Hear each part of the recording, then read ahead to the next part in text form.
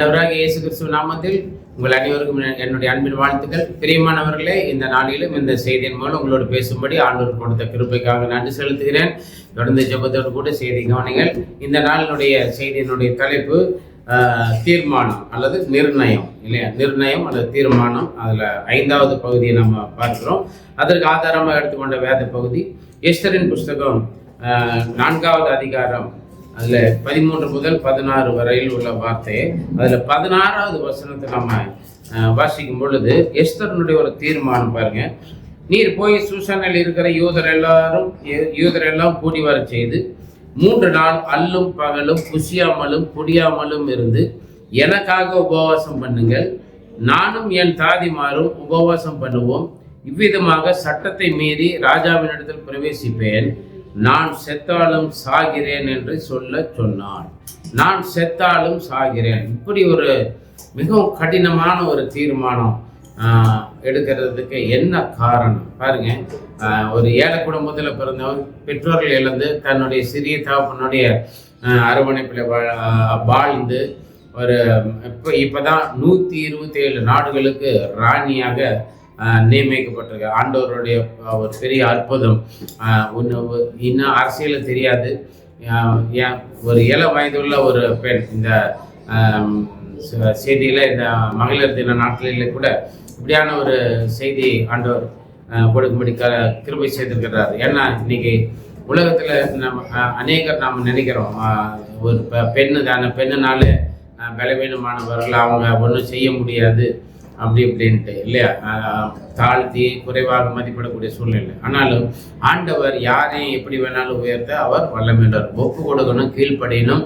ஆண்டவர் விசுவாசிக்கும் பொழுது பெரிய காரியங்களை செய்வார். பிரியமானவர்களை பாருங்க, ஒரு 30 நாள் தான் ஆயிருக்குது.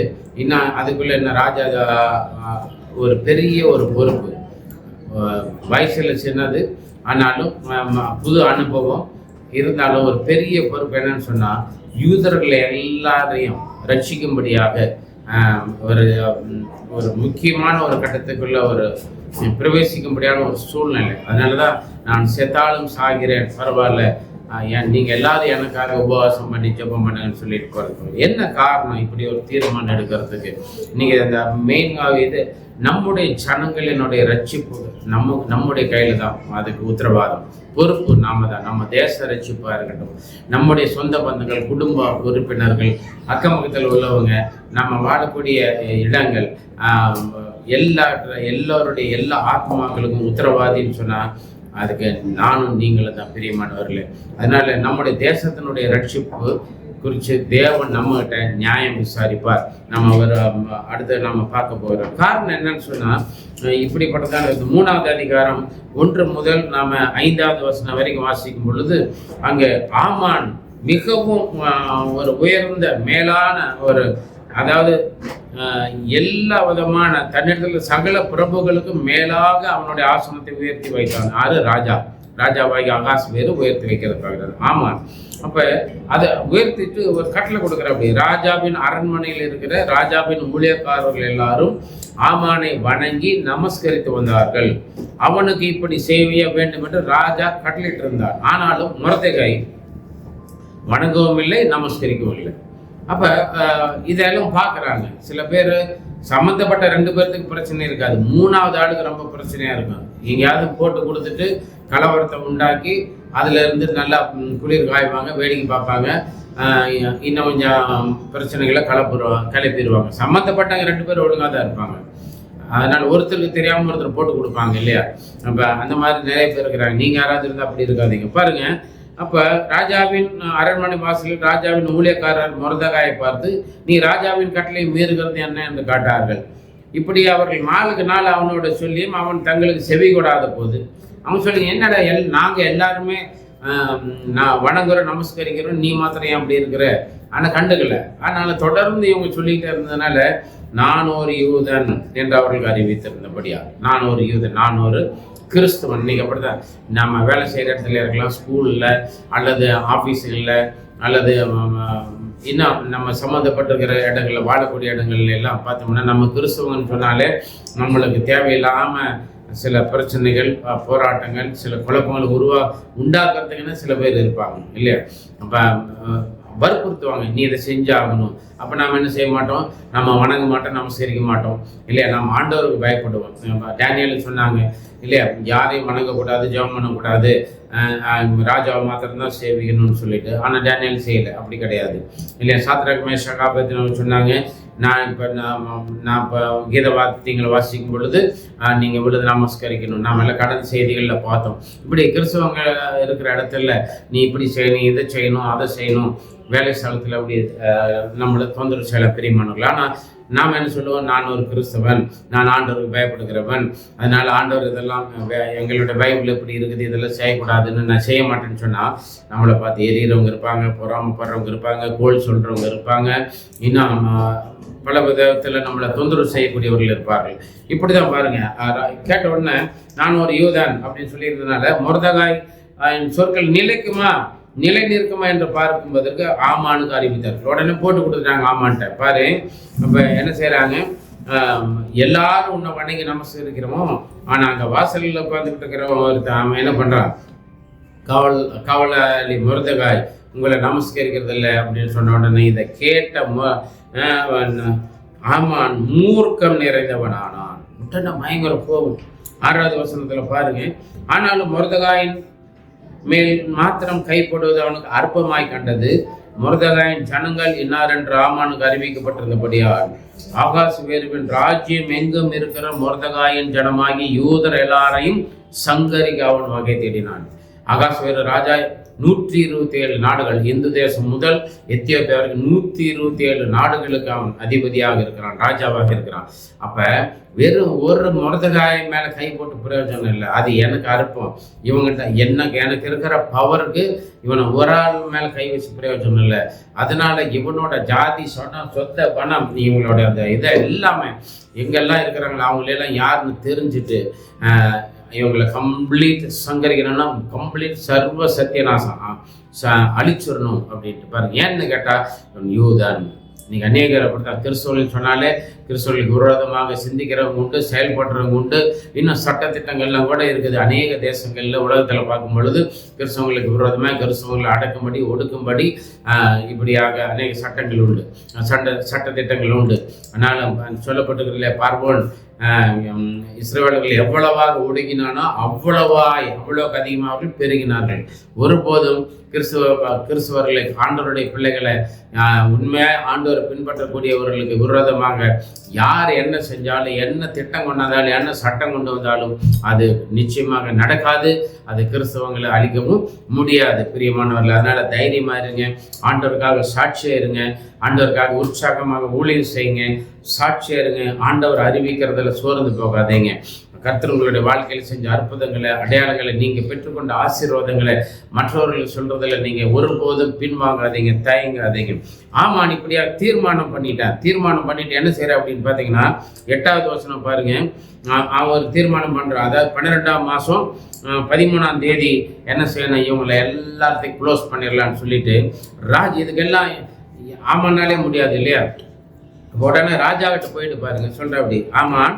அப்பொழுது ஆமான் ஆகாசுவேரு ராஜாவை நோக்கி, உம்முடைய ராஜ்யத்தின் சகல நாடுகளிலும் உள்ள ஜனங்களுக்குள்ளே ஒருவித ஜனங்கள் சிதறுண்டு பரம்பி இருக்கிறார்கள்.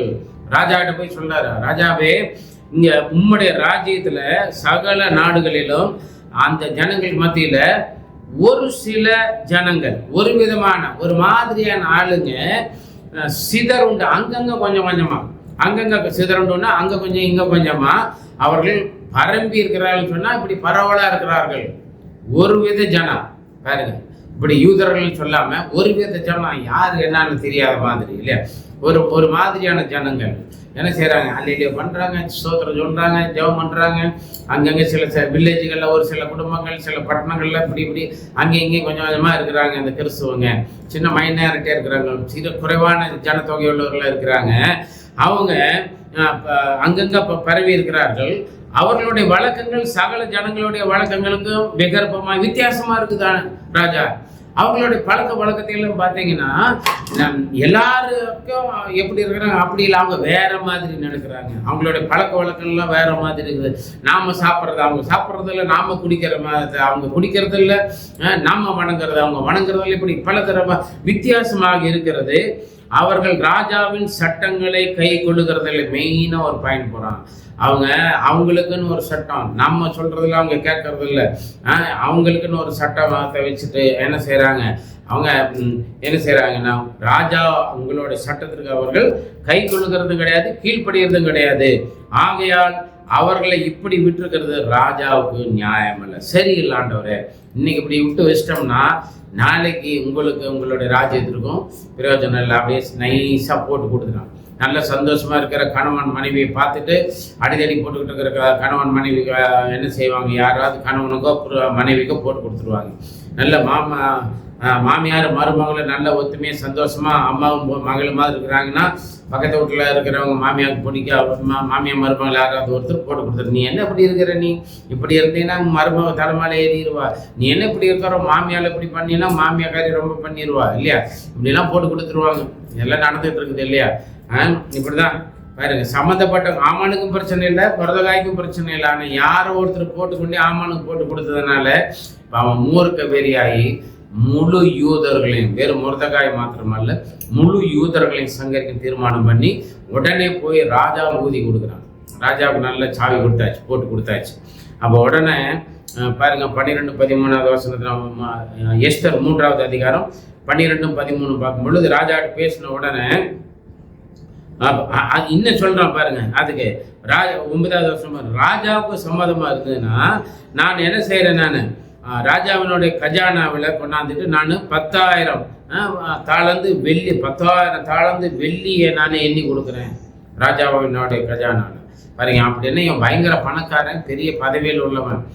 நீங்கள் தேசத்தை அரசாளக்கூடிய அதிபதி ராஜா பணக்காரர்கள் பக்கமாக சொல் பேச்சு கேட்டு பணக்காரவங்க நல்லா சப்போர்ட் பண்ணுவாங்க, பணம் நிறையா கொடுப்பாங்க, தான் சார்ந்த கட்சிக்கு பணம் கொடுப்பாங்க, தன்னுடைய பதவிக்கு சப்போர்ட் கொடுப்பாங்கன்னு சொல்லிட்டு ஒரு சில பணக்காரங்க சொல்கிறத கேட்டுக்கிட்டு அதன்படி நடந்தால் அவங்களுக்காக ராஜ்யம் நடத்தினா தேசத்தில் இருக்கிற மற்ற ஏழைகள், சிறுபான்மையின மக்கள், குறைஞ்ச மெஜாரிட்டி இருக்கிறவங்க அவங்களே என்ன செய்வாங்க, ஏழைகள் நடத்துகிற மக்கள் எவ்வளோ பாதிக்கப்படுவாங்க. இந்த மாதிரி பணக்காரவங்க பேச்சு கேட்டு, ஏன்னா நான் 10,000 கொடுக்குறேன், 10,000 தாளந்து வெள்ளி கொடுக்குறேன் கஜானா, ராஜா கஜானாவில், அதனால் நீங்கள் என்ன செய்கிறீங்க, இப்போ சும்மா இருக்காதீங்க, இவங்களை எல்லாம் விட்டு வைக்காதீங்க, ஏதாவது ஒரு பிளான் பண்ணுங்க ராஜா அப்படின்னு சொல்லிட்டு போட்டு கொடுத்தா அவங்க பேச்சு கேட்டுக்கிட்டு ராஜா அரசாளுறவங்கள இருக்கிறாங்க, மந்திரிங்க அரசாளுறவங்களா இருந்தா அவ்வளோதான், நீதி நியாயம் தர்மம் எல்லாம் போயிடும். பாருங்க, ராஜா அதில் இன்னும் கொஞ்சம் இது பண்ணுறான். ராஜாவுக்கு சம்மதியானால் அவர்களை அழிக்க வேண்டும் என்று எழுதி அனுப்ப வேண்டும். இன்னும் அப்பொழுது நான் ராஜாவின் கஜானாவில் கொண்டு வந்து செலுத்த 16 தாளந்து வெள்ளி எண்ணி காரிய கையை கொடுப்பேன் என்றான். அப்பொழுது ராஜா தன் கையில் இருக்கிற தன் மோதிரத்தை கலற்றி அதை ஆகான்ட்ட கொடுத்துட்டார். ஆமான்ட்ட கொடுத்துட்டு யூதரின் சத்ருவாகிய ஆமானிடத்தில் கொடுத்து, ஆமானை நோக்கி இந்த வெள்ளியை நீ வைத்துக்கொள், எனக்கு உன் கிஃப்ட் வேண்டாம், அந்த ஜனத்துக்கு ஒன்று இஷ்டப்படியெல்லாம் செய்ய பாரு. உடனே இவன் என்ன பண்றான், நீ என்ன வேணாலும் பண்றான். ராஜாவுக்கு பாருங்க மூளை கெட்டு போச்சு. ஏன்டா இவன் ஒரு குறிப்பிட்ட ஜாதியின் மேலே இனத்தாரின் மேலே இப்படி பொறாமையா இருக்கிறானே, நம்ம விடக்கூடாது, நமக்கு எல்லாரும் வேணும், எல்லாரும் நம்ம தேசத்தின் குடிகள், எல்லாரும் நம்ம ஆளுகைக்குள்ள இருக்கக்கூடிய ஜனங்கள், அவங்க எல்லாத்துடைய தேவைகளையும் சந்திச்சு நல்லபடியாக அவங்க மனசு நோகாம அவங்க கஷ்டப்படாமல் நல்லபடியாக ஆட்சி நடத்தணும்னு நினைக்கல. ஒரு குறிப்பிட்ட ஆளை மாத்திரம் திருப்திப்படுத்தும்படி, குறிப்பிட்ட நபர்களுக்காக, குறிப்பிட்ட ஜனங்களுக்காக, குறிப்பிட்ட இனத்திற்காக அரசாளக்கூடியவர்கள் தேசத்திற்கு சரியானவர்கள் அல்ல. நிச்சயம் தேவன் அவர்களை சந்திப்பார். பாருங்க 12வது வசனத்துல 1ஆம் மாதம் 13ஆம் தேதியிலே ராஜாவின் சம்பர்த்திகள் அழைக்கப்பட்டார்கள். எல்லாம் அந்தந்த ஸ்டேட், அந்தந்த மாநிலங்கள், அந்தந்த மாவட்டங்கள், பெரிய பெரிய அதிகாரிகள் எல்லாம் கூப்பிட்டுட்டு, ஆளுகைகளுக்கு அதிகாரத்திற்கு கூப்பிட்டுட்டு அங்கே என்ன செய்றாங்க, அங்கே நாட்டின் மேல் வைக்கப்பட்ட ராஜாவின் தேசாதிபதிகளுக்கும் துறைகளுக்கும் ஒவ்வொரு ஜனத்தின் பிரபுகளுக்கும் அந்தந்த நாட்டில் வழங்கும் அச்சர்கள், அந்தந்த நாடு, ஏன்னா 127 நாடு, ஒவ்வொரு நாட்டிலையும் வெவ்வேறு லெட்டர் இருக்கும், எழுத்துக்கள் இருக்கும், பாஷைகள் இருக்கும் இல்லையா, அந்தந்த அச்சரத்திலும் அந்தந்த ஜாதியார் பேசும் பாஷையிலும் எழுதப்பட்டது. ராஜாவாகியாக எழுதுன மாதிரி போட்டு கையெழுத்து போட்டு ராஜாவின் முத்திர மோதிரத்தை வச்சுட்டு எல்லாம் என்ன செஞ்சாங்க, போய் இது பண்ணி என்னென்னு எழுதியிருக்கிறாங்கன்னு சொன்னால், ஆதார் மாதமான 12ஆம் மாதம் 13ஆம் தேதி ஆகிய ஒரே நாளிலே சிறியோர் பெரியோர் குழந்தைகள் ஸ்திரீகள் ஆகிய சகல யூதரையும் அழித்து கொன்று நிர்மூலமாக்கவும் அவர்களை கொள்ளையிடவும் அஞ்சல்காரர் கையிலே ராஜாவின் நாடுகளுக்கு எல்லாம் அனுப்பப்பட்டது. எல்லாம் போஸ்ட் பண்ணியாச்சு. எல்லாம் ஸ்பீட் போஸ்ட்ல போற மாதிரி போயிட்டு இருக்கு.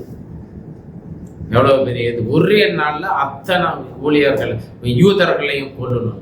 பிரியமானவர்களே, இன்னைக்கு அநேக தேசங்கள்ல அருமையான ஊழியர்களுக்கு விரோதமாய், மிஷினரிகளுக்கு விரோதமாய், சபைக்கு விரோதமாய், விசுவாச ஜனங்களுக்கு விரோதமாக ஒரு சில கூட்டம், மெஜாரிட்டியாக இருக்கிற கூட்டம் எழுப்பிட்டு விரோதமாக செயல்படுகிறது நாம் பார்க்கிறோம்.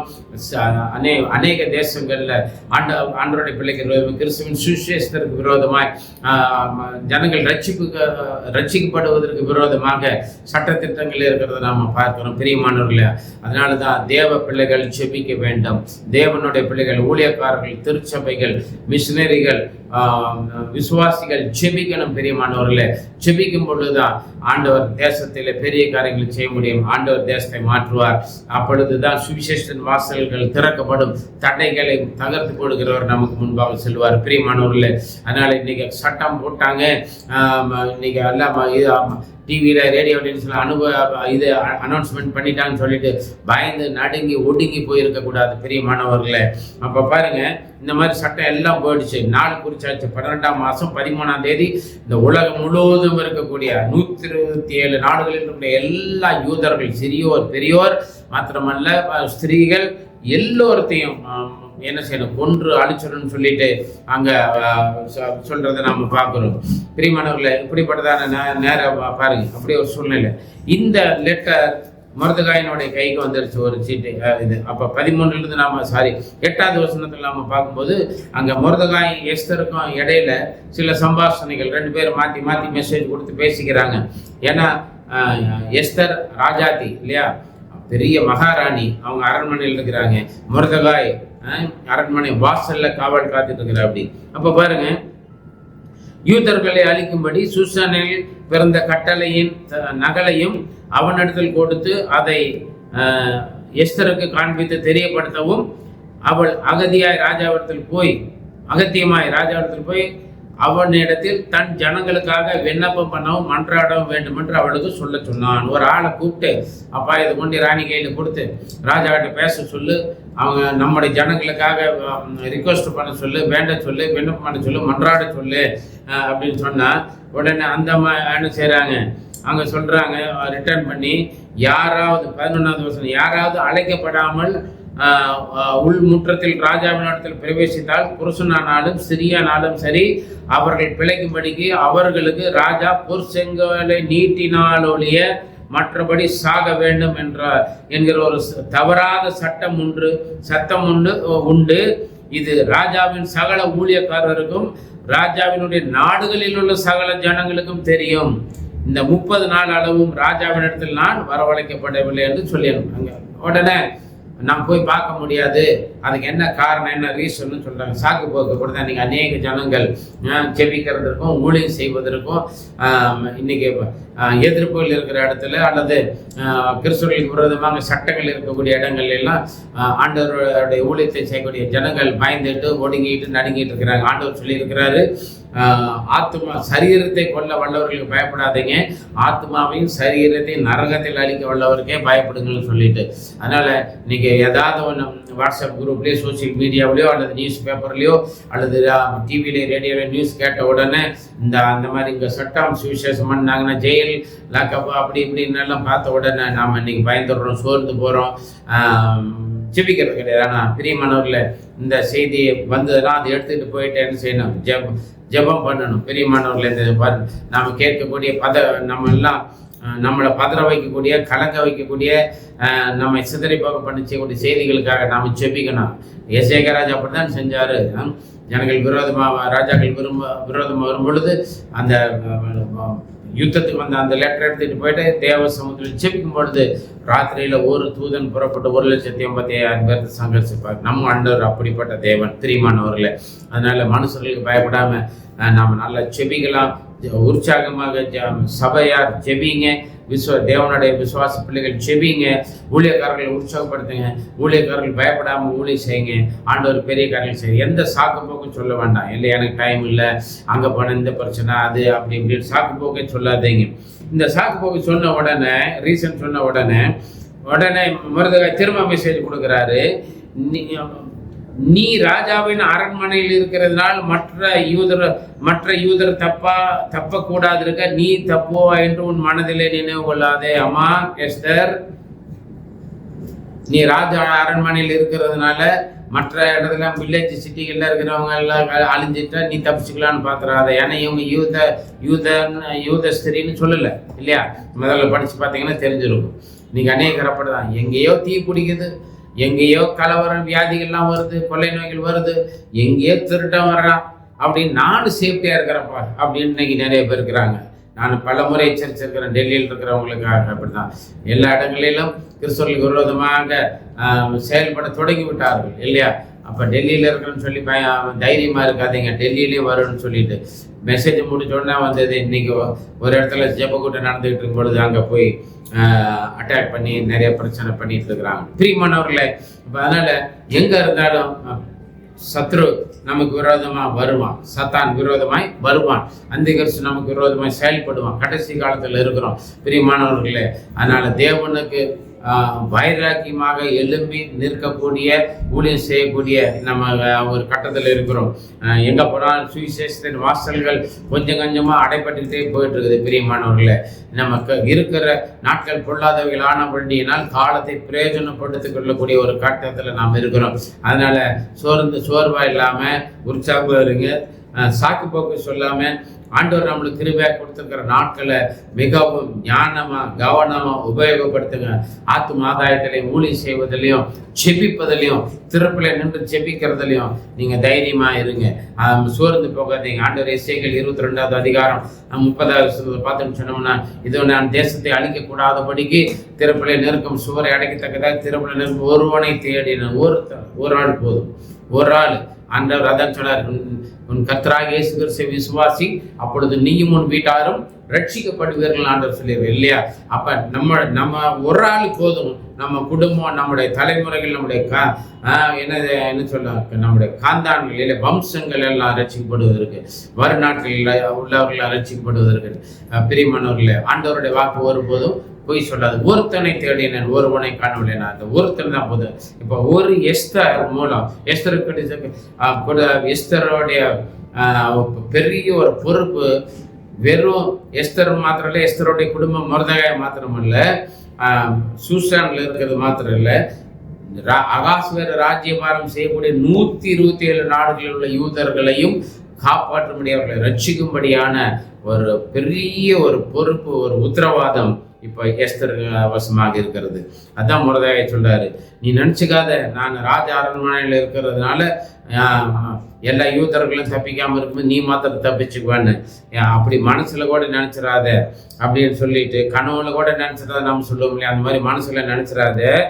நீ இந்த காலத்திலே மௌனமாக இருந்தால் யூதருக்கு சகாயமும் ரட்சிப்பும் வேறு இடத்துல இருந்து எழும். ஏன்னா ஆண்டவர் நிச்சயமாக தன்னுடைய ஜனங்களை சந்திப்பார், ஆண்டவர் நிச்சயமாக தன்னுடைய ஜனங்களுக்காக யுத்தம் செய்வார், ஆண்டவர் தன்னுடைய ஜனங்களுக்காக நிச்சயமாக வழக்காடுவார்.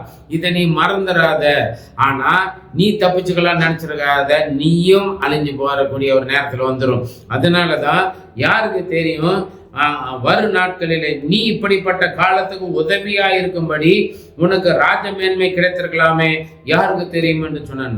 ஒருவேளை ஆண்டவர் முன்கூட்டியே உன்னை ராஜாத்தியா இங்க அனுப்பிச்சிருக்கிறாருன்னா அதுக்கு ஒரு நோக்கம் இருக்குது. பிரியமானவர்களே, இதை மறந்துடக்கூடாது. இன்னைக்கு நம்ம ஊழியக்காரங்களாவோ விசுவாசிகளோ தேவனால் தெரிந்து கொள்ளப்பட்ட பிள்ளைகளா இருக்கலாம். உங்களை உங்களை ஏன் ஆண்டவர் ரட்சித்திருக்கிறாருன்னு சொன்னா, உங்களுக்கு ஏன் ஆண்டவர் ரட்சிக்கப்பட்ட ஒரு பிள்ளைய வச்சிருக்கிறாருன்னா, ரட்சிக்கப்பட்ட மகன மாலை வச்சிருக்கிறாரு, அல்ல ஏன் ஆண்டவர் உங்களுக்கு நல்ல ஒரு பதவி கொடுத்து வச்சிருக்கிறார், நல்ல அதிகாரம் உள்ள ஒரு பதவி கொடுத்திருக்கிறார், நல்ல சம்பளம் கொடுத்திருக்கிறாருன்னு சொன்னா ஏதோ ஒரு நோக்கம் இருக்கு. நல்ல படிக்கும்படியா நல்ல டிகிரியில வாங்கி இருக்கிறீங்க, நல்ல வசதியா இருக்கிறீங்க, பணம் கொடுத்திருக்கிறார், சொந்த வீடு கொடுத்திருக்கிறார். இப்படி ஆண்டவர் உங்களை ஆசீர்வதிச்சிருக்கிறதுனுடைய நோக்கம், தெரிந்து கொண்டிருக்கிறதுல ஒரு நோக்கம் உண்டு. பிரியமானவர்களே, நீங்க நினைச்சுக்காதீங்க நான் நல்லா இருக்கிறேன், நான் ரட்சிக்கப்பட்டுட்டேன், நான் என் குடும்பம் நல்ல சேஃப்டியா இருக்கிறோம், அதனால நாங்க யாருக்கு போய் சொல்ல தேவையில்லை, நான் ரட்சிக்கப்பட்டுட்டப்பா.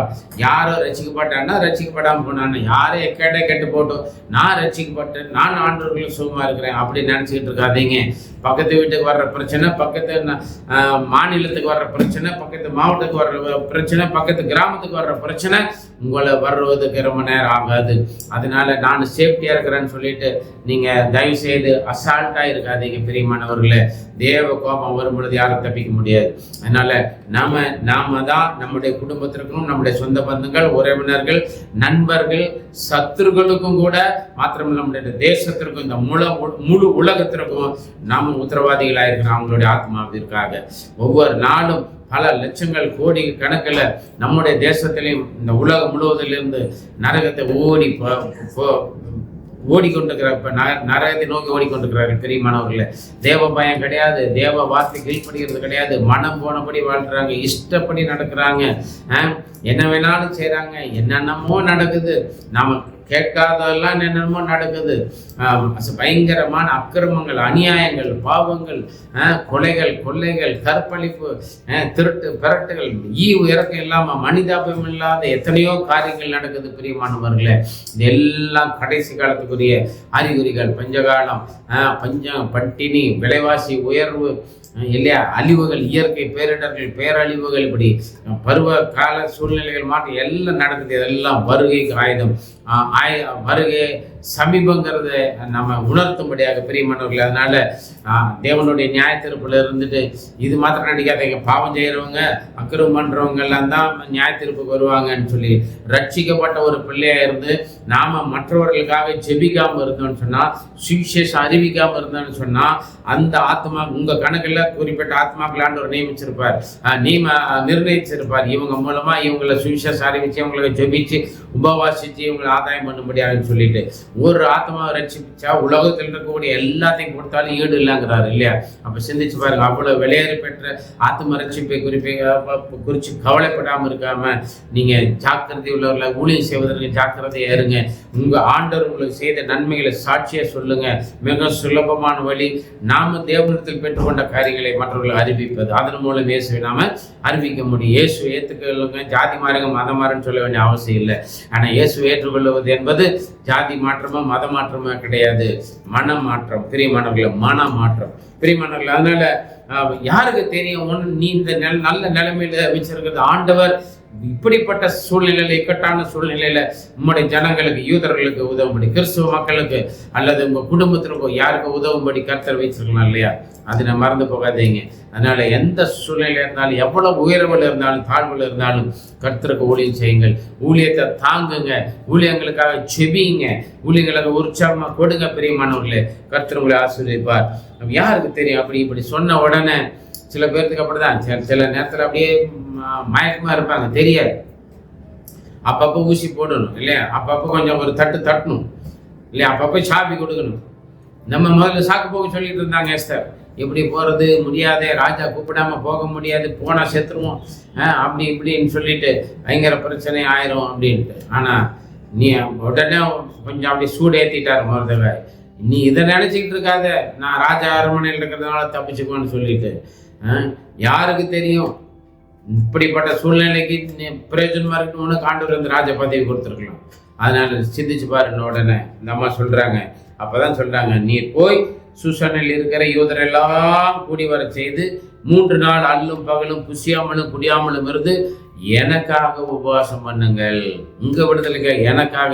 ஏன்னா நான் ராஜா சமூகத்தில் போகும்படியாக, அவரோடு பேசும்படியாக, அதற்குரிய ஞானத்தை தரும்படியாக நீங்கள் எனக்காக ஜெபம் பண்ணுங்கள். நானும் என்னுடைய தோழிகளும் தாதிமாரும் உபவாசம் பண்ணுவோம்.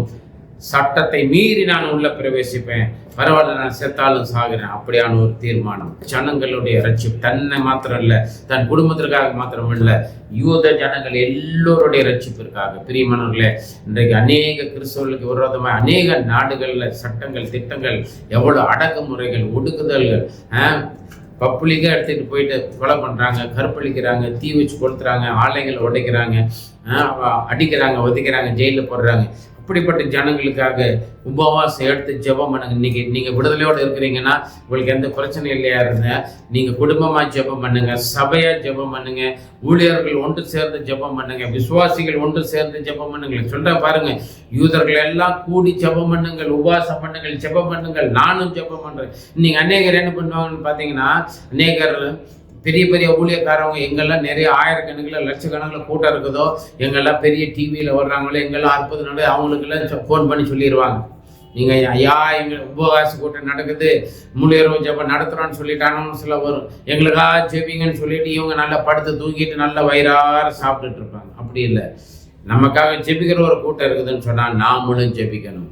நான் விழித்திருந்து உபவாசிச்சு நாமளும் ஜெபிக்கணும். அப்பொழுது தான் நம்ம பலனை பெற்றுக்கொள்ள முடியும். யாருக்கோ ஒருத்தருக்கு ஃபோன் பண்ணி சொல்லிவிட்டு, யாருக்கோ ஒருத்தருக்கு லெட்டர் எழுதிட்டு, இமெயில் அனுப்பிச்சிட்டு, வாட்ஸ்அப்பில் மெசேஜ் அனுப்பிச்சிட்டு நானும் மனமானபடி வாழ்வேன்னு சொன்னால் அந்த ஜெபத்திற்கு பதில் இருக்காது. பிரியமானவர்கள், அது 1000 பேர் அல்ல, லட்சம் பேர்கள் அல்ல, கோடி பேர்கள் ஜெபம் பண்ணாலும் ஒன்றும் நடக்காது. ஏன்னு கேட்டால் நமக்காக மற்றவர்கள் ஜெபிக்கணும். ஒரு நண்பர்கள் ஐக்கியம், ஜெப ஐக்கியம் இருக்கணும். ஜெப ஐக்கியத்தில் அவங்களாம் ஜெபிக்கும் பொழுது நாமளும் ஜெபிக்கணும். பிரியமானவர்களாக தான். அப்போ நான் ஜெபம் பண்ணுறேன்னு சொல்லிட்டு அவங்க தீர்மானம் எடுக்கிறாங்க. 7வது அதிகாரம் பார்த்தீங்கன்னு சொன்னால் அங்கே பெரிய அற்புதம். ஆமான் மருதகாய்க்காக செய்யப்பட்ட தூக்கு மரத்தில் ஆமானே தூக்கி போட முடியாத ஒரு கட்டம் வருது. நீங்கள் எஸ்தர் சரித்திரத்தை நீங்கள் வாசித்து நீங்கள் அழகாக தெரிஞ்சுக்கலாம். அதுக்கப்புறம் பாருங்கள், ஆமான் அழிஞ்சாச்சு. ஆனால் அப்புறம் பாருங்க, ராஜாத்தி விருது கொடுக்குறாங்க. ஆமானே ராஜாவையும் எஸ்தர் விருந்து கூப்பிடுறாங்க. முதல் நாள் ஆச்சு, ஒன்று சொல்ல. 2வது நாள் நாளைக்கு சொல்லன்னு சொல்லியாச்சு. அடுத்த நாள் வந்தாச்சு. அப்போ ராஜா சொல்லார், உனக்கு என்ன வேணும்னு சொல்லு ராஜாத்தியே, நாட்டில் பாதி கேட்டாலும் நான் உனக்கு தரேங்கிறாங்க. அதெல்லாம் எனக்கு வேண்டாம், நான் சொல்கிறேன் அப்படின்ட்டு. அதுக்கப்புறம் பார்த்தீங்கன்னா 8வது அதிகாரம் 3வது வசனத்தில், பின்னும் எஸ்தர் ராஜ சமூகத்தில் பேசி அவன் பாதங்களில் விழுந்து அழுது, எப்படி ஜெபம் பண்ணுறாங்க. ராஜா புருஷனாக இருந்தாலும், ராஜாத்தியாக இருந்தாலும் தேசத்தின் பிரஜை, அந்த ஒரு எண்ணத்தில் பாருங்க. ராஜா சமூகத்தில் போய் அழுது பாதங்களை விழுந்து ஆமானின் தீவனையும் அவன் யூதருக்கு விரோதமாக செய்ய யோசித்த யோசனையையும் பரிகரிக்க அவனிடத்தில் விண்ணப்பம் பண்ணினாள். இந்த மாதிரி ஆமானத்தை செத்துட்டான், பரவாயில்ல தூக்கி போட்டீங்க, ஆனால் அவன் செஞ்சுட்டு போயிருக்கிற காரியம் இருக்குது, அந்த பாதிப்பை அதையும் கண்ட்ரோல் பண்ணு. இன்றைக்கி அநேகர் நமக்கு விரோதமாக செஞ்சவங்க ஒரு வேளை இல்லாமல் போயிருப்பாங்க, இல்லாட்டி மனம் திருப்பியிருப்பாங்க. ஆனால் அவங்க பரப்பி விட்டுக்கிறாங்க இல்லையா, அதை நம்ம ஊரில் சொல்லுவோம் இல்லையா, என்ன உளவாயை மூடிடலாம், ஊர் வாயை மூட முடியாது இல்லையா. வீட்டில் இருக்கிறவங்க வாயை மூடிடலாம். வீட்டில் இருக்கிறவங்கள மிரட்டே பேசக்கூட யார்கிட்டையும் சொல்லிடாது, சொன்னீங்கன்னா கொன்னுருவேன், அடிப்பேன், உதைப்பேன், வீட்டை விட்டு தவிர இப்படி என்ன வேணால் சொல்லிடுறேன். ஆனால் அந்த பேச்சு நம்ம வீட்டுக்குள்ளே இருந்தால் நம்ம அடக்கி கண்ட்ரோல் பண்ணிடலாம். வீட்டை விட்டு வெளியில் ஊருக்குள்ளே போயிடுச்சு இல்லையா. உளவாய் ஒன்று பாத்திரத்தில் இருக்கிற அந்த தழும்புதெல்லாம் இருந்தால் ஒரு மூடியை வச்சு மூடிட்டோம்னா அது அடைக்கிடலாம். உலையில் இருக்கிற உளவாயை மூடிடலாம், ஆனால் ஊர் வாயை என்ன செய்ய முடியாது, அடக்க முடியாது. ஒருவேளை நம்ம வீட்டில் இருக்கிறவங்க வாயை அடக்கிடலாம், ஊருக்குள்ளே ஒரு பேச்சு பரவிடுச்சுன்னு சொன்னால் அது வாக்கில் போய்கிட்டே இருக்கும். எங்கெங்கே போயிட்டு நம்ம யார் வாயில அடக்க முடியும் இல்லையா. அப்போ பாருங்க, அப்பொழுது ராஜா பொருஷங்களை எஸ்தருக்கு நேராக நீட்டினான்.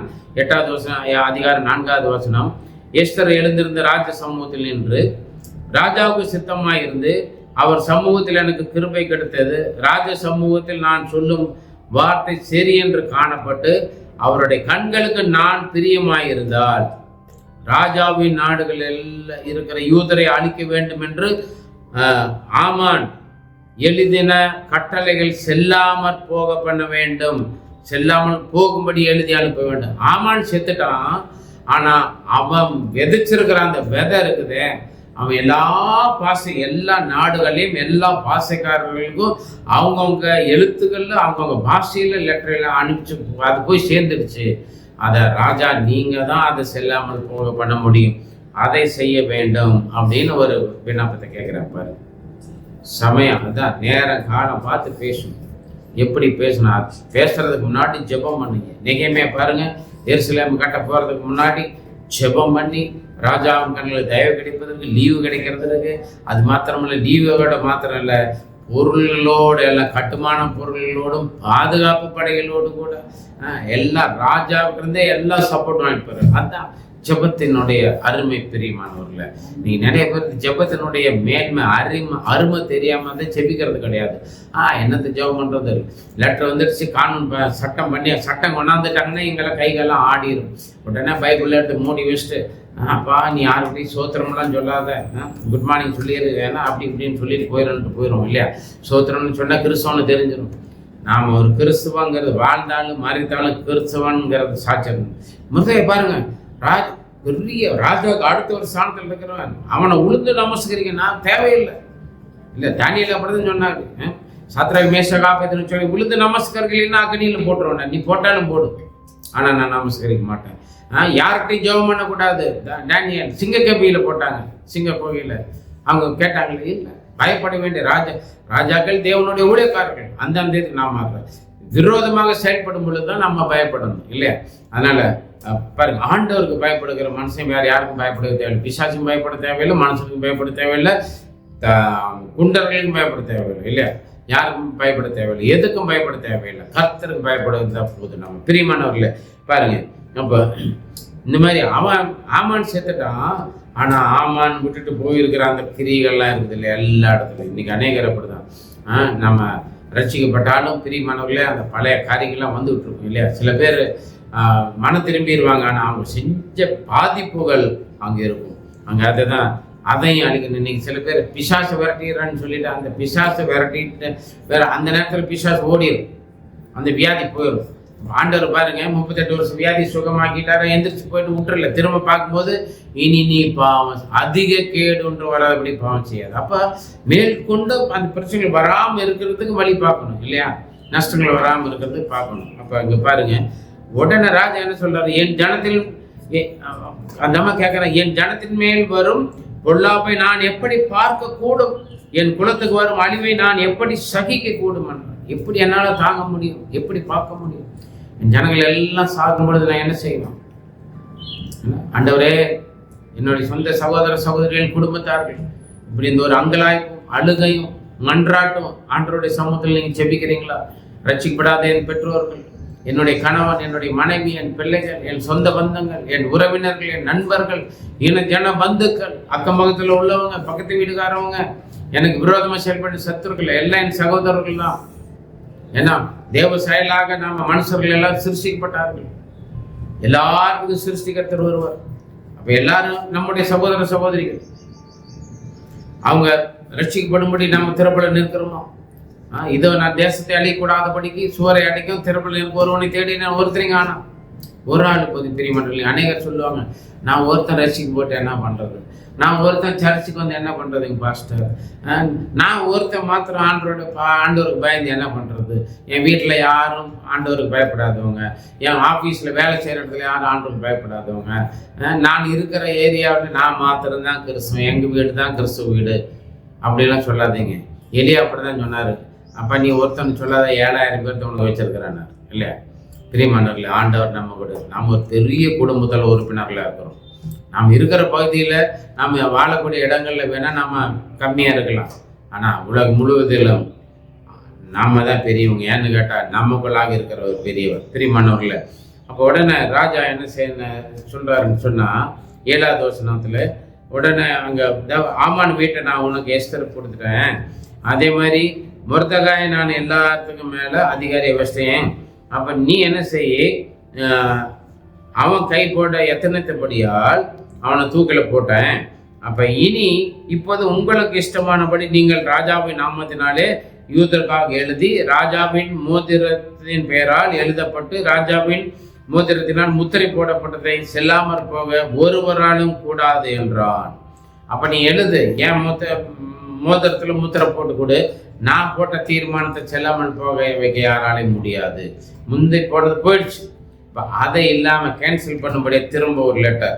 இவங்க உடனே பார்த்தேன், அந்தந்த நாட்டினுடைய அந்தந்த நாட்டில் வழங்கும் அச்சரத்திலும் அந்தந்த ஜாதியார் பேசும் பாஷையிலும் யூதருக்கும் அவர்கள் அச்சரத்தில் அவர்கள் பாஷையிலும் எழுதப்பட்டது. என்ன எழுதுறாங்கன்னா, அந்த கட்டளைகள் ஆகாசுவேறு ராஜாவின் பெயரால் எழுதப்பட்டு ராஜாவின் மோதிரத்தினால் முத்திரை போடப்பட்ட பின் குதிரைகள் மேலும் வேகமான ஒட்டகங்கள் மேலும் கோவேறு கழுதைகள் மேலும் ஏறி போகிற அஞ்சற்காரர்கள் கையிலே அனுப்பப்பட்டது. அவன் வெறும் போஸ்ட் பண்ணாங்க, ஸ்பீடு போஸ்ட். என்னென்னலாம் அஞ்சல் இருக்குதோ என்ன போஸ்ட், ஸ்பீடு போஸ்ட் எல்லாம் போயிட்டு இருக்குது. பட்டப்பட்டாங்க எல்லாம். அங்கே பார்த்தீங்கன்னு சொன்னால் பாருங்க, எல்லா அந்த அந்த ஒரே நாளிலே 11, 12, 13 பார்த்தோன்னு சொன்னால் அந்த பட்டணங்களில் இருக்கிற யூதர்கள் ஒன்றாய் சேர்ந்து தங்கள் பிராணனை காப்பாற்றவும் தங்களை விரோதிக்கும் சத்துருக்களாகிய ஜனத்தாரும் தேசத்தாருமான எல்லாரையும் அவர்கள் குழந்தைகளையும் ஸ்திரீகளையும் அவர்கள் கொன்று நிர்மூலமாக்கவும் அவர்கள் உடைமையில கொள்ளையிடவும் ராஜா யூதருக்கு கட்டளையிட்டார் என்று பாருங்க. உடனே வேற மாதிரி அவங்க எல்லாம் யூதர்கள் அழிக்கணும்னு ஆமான் லெட்டர் எழுதுனா, ஆனா இங்க ராஜா என்ன பண்றாரு, யூதர்கள்லாம் சேர்ந்துட்டு மற்றவங்கள அழிங்கன்னு சொல்லி. ஆனா இவங்க அழிக்கல, கொல்ல விரோதமானவர்கள் மாத்திரம் பண்ணிட்டு கொள்ளையிடலன்னு சொல்லிட்டு எழுதிருக்கு. பிரியமானவர்களை பாருங்க, அந்த 12ஆம் மாதம் 13ஆம் தேதி எவ்வளவு பயந்துருப்பாங்க. ஆனா நிலைமை அப்படியே தலைகீழா மாறிடுச்சு. யாரை கொல்லணும்னு நினைச்சாங்களோ அவன் செத்தான். மொர்தெகாயை தூக்கில் போடணும்னு ஆமான்னு நினைச்சா ஆமான்னு செத்தாரு. இப்ப யூதர்கள் எல்லாம் அழிக்கணும்னு நினைச்சவங்களையெல்லாம் அழிச்சு போட்டாங்க.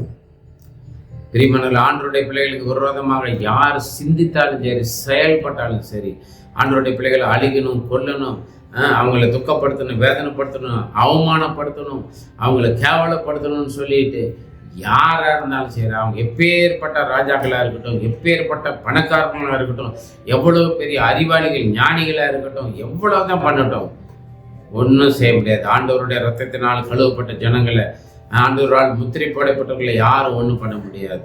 பிரியமன்னர் நம்முடைய ராஜாதி ராஜா, நம்முடைய ஆண்டவர். பிரியமன்னர்களை பாருங்க, 17வது வசனம், ராஜாவின் வார்த்தையும் அவனுடைய கட்டளையும் போய் சேர்ந்த எல்லா நாடுகளிலும் எல்லா பட்டணங்களிலும் யூதர்களுடைய மகிழ்ச்சியும் களிப்பும் விருந்துண்டு கொண்டாடும் நல்ல நாளாயிருந்தது. யூதருக்கு பயப்படும் பயம் தேசத்தின் ஜனங்களை பிடித்ததினாலே அவர்களில் அநேகர் யூத மார்க்கத்தில் அமைந்தார்கள். அநேகர் வந்துட்டாங்க. இந்த அப்படியான ஒரு நாள் வரப்போகுது.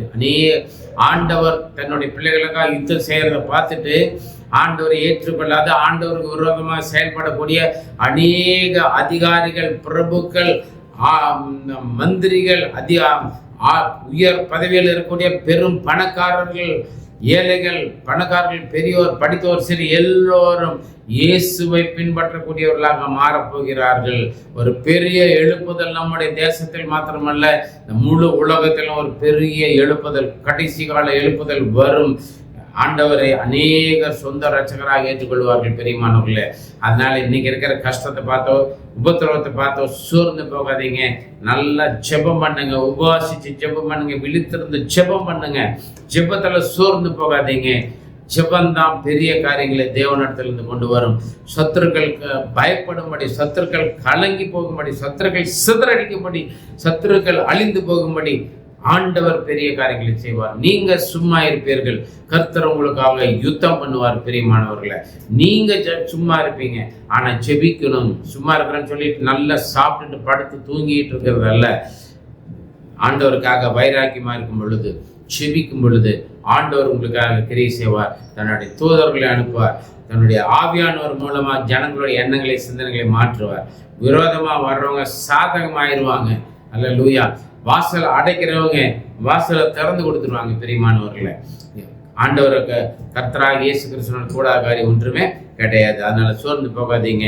தன்னுடைய ஜனங்களினுடைய ரட்சிப்பினுடைய உத்தரவாதம் எஸ்தரனுடைய கையில் இருக்கு. பிரியமானவர்களை, நீங்க ஒவ்வொரு எஸ்தர் ஆகிய நமக்குள்ளே அருமையான சகோதரிகள் செபிங்க. ஏன்னா சகோதரிகள் வீட்டை கட்டக்கூடியவர்கள்.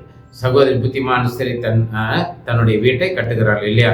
புத்தி இல்லாத ஸ்திரீ எடுத்து கொடுக்கிறாள். இன்னைக்கு சபை கட்டுறவங்கள முதல் பங்கு, அதிக பங்கு வகிக்கிறவங்க பெண்கள் தான். பிரியமானவர்களே, அதே மாதிரி ஊழியத்தை தாங்குறவங்க, ஜெபத்தினாலும் பொருள்களினாலும் பிரியர்சிகள் பல காரியங்களினால தாங்கக்கூடியவர்கள் பெண்கள் தான். ஆண்டவருடைய ஊழியத்துல பெண்கள் அதிகமாக இருந்தார்கள்.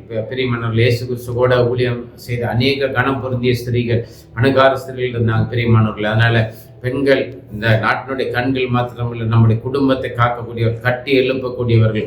அதனால கணவர்களோ அல்லது ஆண்கள் பெண்களை இழிவா நினைக்காதீங்க, பெண்களை மதிங்க, அவர்களுக்கு கொடுக்க வேண்டிய மரியாதை கொடுங்க. அவர்கள் இன்னும் அதிகமாக ஆண்டவருடைய சமூகத்தில் நல்லா அழுது அவங்க தான் ஜெபம் பண்ணுவாங்க. பெண்களுடைய கண்ணீர்களின் ஜெபம், முழங்கால் மன்றாட்டுகள் எல்லாம் தேவ சமூகத்தில் தயவை கொண்டு வரும். எஸ்தரனுடைய அழுகையும் மன்றாட்டும் விண்ணப்பமும் வேண்டுதலும் ராஜாவின் கண்களில் தயவு கிடைத்தது. பொற்செங்கோலை நீட்டினார். அவள் தன்னுடைய வேண்டுதல் விண்ணப்பம் சொன்ன பொழுது முழு உலகம் முழுவதும் உள்ள யூதர்கள் காப்பாற்றப்பட்டார்கள், ரட்சிக்கப்பட்டார்கள். பிரியமானவர்களே, இன்னைக்கு அறிவான நம்முடைய குடும்ப பெண்கள், நம்முடைய சபையில் இருக்கக்கூடிய சகோதரிகள், பெண்கள் ஆண்டவருடைய சமூகத்தில் கண்ணீரோடு உபவாசத்தோடு முழங்கால் படியிட்டு விழித்திருந்து செபிக்கும் பொழுது, கதறும் பொழுது, தேசத்திற்காக செபிக்கும் பொழுது, சபைக்காக, ஊழியர்களுக்காக, ஆத்மா ரட்சிப்புக்காக செபிக்கும் பொழுது ராஜாதி ராஜாவாகி ஆண்டவர் மனம் இறங்கி அவர்களுடைய ஜெபத்திற்கு பதில் கொடுப்பார். நம்முடைய குடும்பம் கட்டப்படும், நம்முடைய சபைகள் கட்டப்படும், ஊழியம் வளரும், ஆத்மாக்கள் ரட்சிக்கப்படுவார்கள். சீக்கிரமாக நம்முடைய தேசம் இயேசுவுக்கு சொந்தமாக மாறி. பிரியமானவர்களே, அதனால் எதிர்ப்பு குறிச்சோ, உபதிரவத்தை குறிச்சோ, தடைகளை குறிச்சோ, பலதரப்பட்டதான கட்டுப்பாடுகளை குறிச்சோ, சட்டத்திட்டங்களை குறிச்சோ பயப்படாதீங்க. ஜெபம் பண்ணுங்கள், எல்லாம் மாறும். ஏன்னா இன்னைக்கு அவங்களெல்லாம் தெரியாமல் செஞ்சுக்கிட்டு இருக்கிறாங்க. அதனால சொன்னார் இல்லையா, நம்ம இயேசுவை அப்படிதான் சொல்லி, ஆண்டவரே இதாவே இவர்கள் செய்வது என்னதுன்னு தெரியாமல் செய்கிறாங்க இல்லையா. நீங்கள் என்னென்னமோ பண்ணுற கிறிஸ்துவர்களுக்கு விரோதமாக செயல்படுறாங்கன்னு சொன்னால் அதிகாரத்தில் இருக்கக்கூடியவர்கள், ஆளுகை செய்யக்கூடியவர்கள் செயல்படலாம். பணக்காரர்களும் இன்னும் பலதரப்பட்டதான விரோதிகள், மத விரோதிகளும், கிறிஸ்துவ மக்களுக்கு விரோதமானவர்கள், மதத்துக்கு இல்லை கிறிஸ்துவ மக்களுக்கு விரோதமானவர்கள் செயல்படுவார்கள். ஆனால் அவங்க மனம் திரும்புவாங்க. அவர்கள் ஆண்டவருடைய அன்பை, நம்முடைய அன்பை, இயேசுவின் அன்பை அவர்கள் ஏற்றுக்கொள்வார்கள். ஆண்டவர் கிரியை செய்வார். நாம சொன்னால் கேட்க மாட்டாங்க, ஆனால் ஆண்டவர் சொன்னால் கேட்பாங்க. ஆண்டவர் பெரிய காரியங்கள் பிரியமானவர்கள. அதனால சோர்ந்து போகாதீங்க, தைரியமா இருங்க, உற்சாகமாக ஊழியங்களை செய்யுங்க. எந்த சூழ்நிலை சோர்ந்து போகாதீங்க. எஸ்தரை போல ஒரு நிர்ணயம், செத்தாலும் சாகிறேன். எத்தனை பேர் ரத்த சாட்சியாக மறிச்சிருக்கிறாங்க இல்லையா ஆண்டவருக்காக. என் நிமித்தம் தன்னுடைய ஜீவனை இழக்கிறவன் திரும்ப பெற்றுக்கொள்வான் இல்லையா ஆண்டவர். அதனால நம்முடைய ஆண்டவர் பெரியவர். எஸ்தரை போல நல்லா உற்சாகமாக ஜெபம் பண்ணுங்க, தீர்மானம் பண்ணி ஜெபம் பண்ணுங்க. குடும்பத்துக்காக இருக்கலாம், சபைக்காக இருக்கலாம், தேசத்துக்காக இருக்கலாம், ஜெபம் பண்ணுங்க. ஜெபம் உண்மையாக இருக்கட்டும், சோர்ந்து போகாதீங்க. நிச்சயமாக ஆண்டவர் பெரிய காரியங்கள் செய்வார். பிரியமானவர்களே, பெரிய எழுப்புதல் நம்முடைய தேசத்தில் வரும். பெரிய ஆத்ம ரட்சிப்பு நம்முடைய குடும்பத்தில் வரும். ஆசீர்வாதங்களை தேவன் கொண்டு வருவார். கர்த்தர் உங்களை ஆசீர்வதிப்பாராக. ஆமென். God bless you.